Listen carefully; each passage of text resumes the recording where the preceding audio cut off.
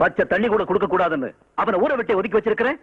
அவன் குழந்தைக்கு உன் பொண்டாட்டி தாய்ப்பால் கொடுத்து வந்து நிக்கிறா.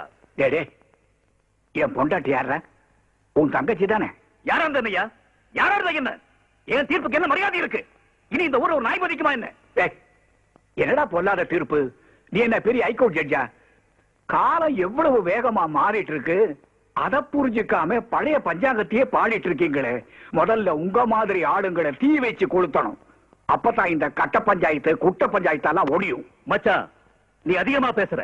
பின்ன என்னடா, உன் தங்கச்சி பெத்த உடனே குழந்தைய பறி கொடுத்துட்டா. அந்த குழந்தை பிறந்த உடனே தாயை பறி கொடுத்துருச்சு. அது பாலு கழுது இருக்கு. இந்த தாய் அதுக்கு பால் கொடுத்திருக்கிறா. இதுல என்னடா தப்பு? கொஞ்சம் கூட மனுஷத்தன்மை இல்லாம பேசுறியே.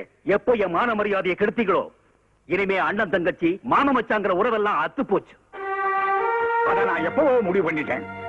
கூட பிறந்த பாவத்துக்காக எங்களுக்கு பிறந்த குழந்தை எங்களுக்கு இல்லாமலே போயிடுச்சு. அவங்கிட்ட நம்ம பேச்சு. இனிமே ஒரு நிமிஷம் கூட இந்த வீட்டுல இருக்க கூடாது. வா, நம்ம ஊருக்கு போலாம்.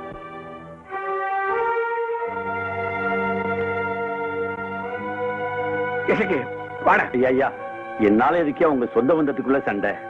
என்னடா பெரிய சொந்தம்? நல்ல மனசு உள்ளவன் தாண்டா எனக்கு சொந்தம். 1000 பேருக்கு சோறு போடக்கூடிய சக்தி ஆண்டவன் எனக்கு கொடுத்திருக்கிறான். உழைக்கிற உன்னை காப்பாத்துறதுக்கு எனக்கு ஒண்ணு பெரிய விஷயம் இல்லை. வாழ கொஞ்சம் நில்லுங்க டாடி. தம்பிக்கு ஒரு பேர் வைக்க போறேன். பாண்டியரு. பேர்லயே மரியாதையா? என்ன இசக்கி, உனக்கு சம்மதம் தானே? என்னையா இப்படி கேக்குறீங்க? குழந்தையும் தெய்வமும் ஒண்ணுன்னு சொல்லுவாங்க.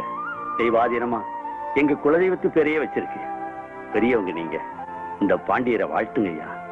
என் பொண்ணு பேரு வச்ச நேரம் இந்த பாண்டியர் பேரோடும் புகழோடும் நீடூடி வாழ்வார்.